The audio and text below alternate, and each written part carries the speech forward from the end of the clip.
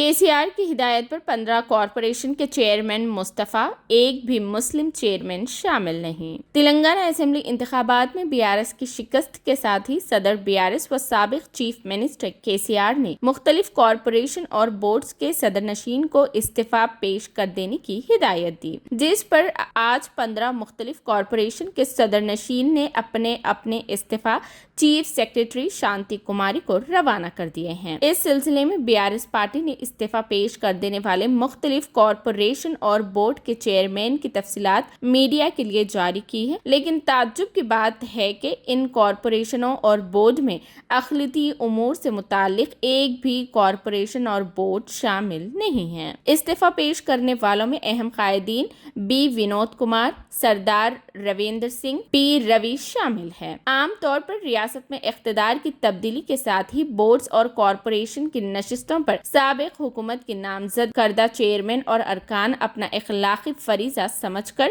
اپنے عہدوں سے مستعفی ہو جاتے ہیں، تاکہ نئی حکومت اپنے پسند کے قائدین کو نامزد کرتے ہوئے ان بورڈز اور کارپوریشنز کی تشکیل جدید کر سکیں۔ جہاں تک اقلیتوں سے متعلق اداروں، وقف بورڈ، اقلیتی مالیاتی کارپوریشن، اقلیتی کمیشن، اردو اکیڈمی کا تعلق ہے، ان سب پر فی الوقت BRS کے نامزد کردہ قائدین اور ارکان فائز ہیں۔ فی الوقت محمد مسیح اللہ وقف بورڈ کے چیئرمین، محمد سلیم حج کمیٹی چیئرمین، خواجہ مجیب الدین اردو اکیڈمی کے صدر، امتیاز الحق اقلیتی مالیاتی کارپوریشن کے چیئرمین اور طارق انصاری اقلیتی کمیشن کے چیئرمین کی حیثیت سے فائز ہیں۔ کانگریس کے بعض قائدین نے سوال کیا ہے کہ سابق چیف منسٹر KCR نے کیا اقلیتوں سے متعلق کارپوریشنوں اور بورڈ کے چیئرمین کو استعفیٰ پیش کرنے کی ہدایت نہیں دی ہے؟ اگر دی ہے تو ان کے نام کیوں شامل نہیں ہیں؟